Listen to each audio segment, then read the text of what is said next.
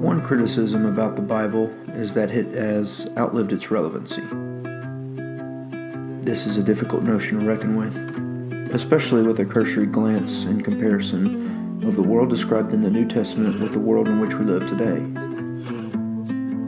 The most obvious example of the stark difference is in regards to technology, but there are also cultural differences. And so, at initial glance, it does not appear that these texts can provide any assistance or guidance on how to live in the 21st century.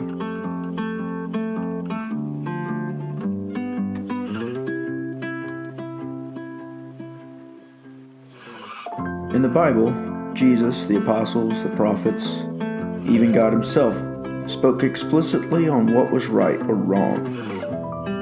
We don't have that luxury today. Nor do we have the example of how Jesus would have lived in the context in which we found ourselves today.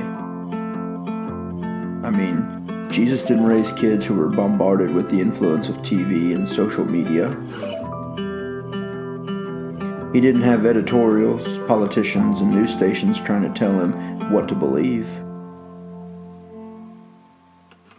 He lived in a world without speed limits, workplace environment, public schools, career choices, drug abuse, radio stations, or television sitcoms. If the Bible doesn't cover explicitly the things we deal with day in and day out, what good is it? And if it's no good, what good is Jesus Christ, its central character?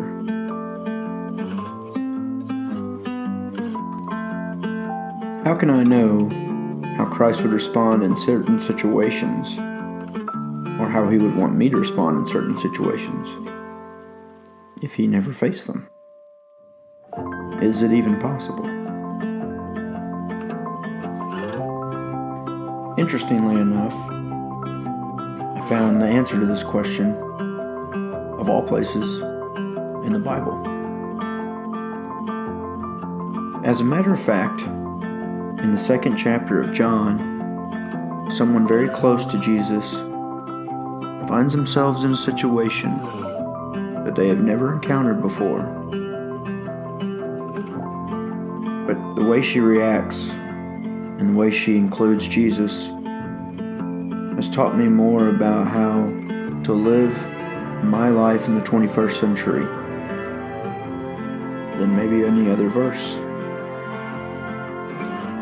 We hear the term relationship used almost so much that it's become cliche. So what does it mean? Why is it important? In the 2nd chapter of John, I finally found what this means. Jesus is attending a wedding with his mother. And there's a little bit of a social crisis that happens. The hosts run out of wine to serve the guests. John chapter 2 verse 3 says, "When the wine was gone, Jesus' mother said to him, 'They have no more wine.'" That comment is innocent enough, right?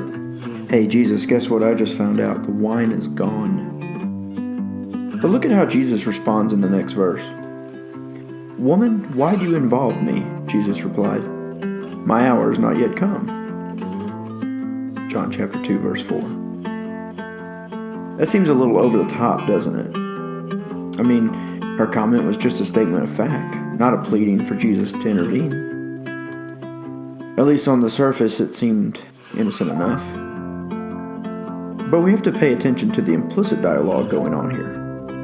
Remember, this is Jesus' mother. He knows her as well as any of us know our own mother. And he knows that the comment she makes isn't as innocent as it seems. "Hey Mom, I know you remember. You can't pull one over on me. I'm your son. In fact, I know you so well that despite your seemingly innocent comment, I know you're asking me to fix this situation." But things get really strange in the next verse. Look at how Mary responds to Jesus' accusation in verse 5. His mother said to the servants, "Do whatever he tells you." In a normal conversation, a mother would have responded with something like, "Hey, I'm not trying to involve you, I'm just letting you know."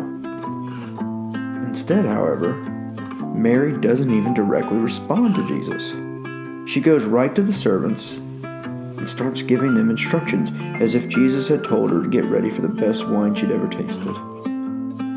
But though she seemingly doesn't respond to Jesus, in reality her remark is an indirect response to him.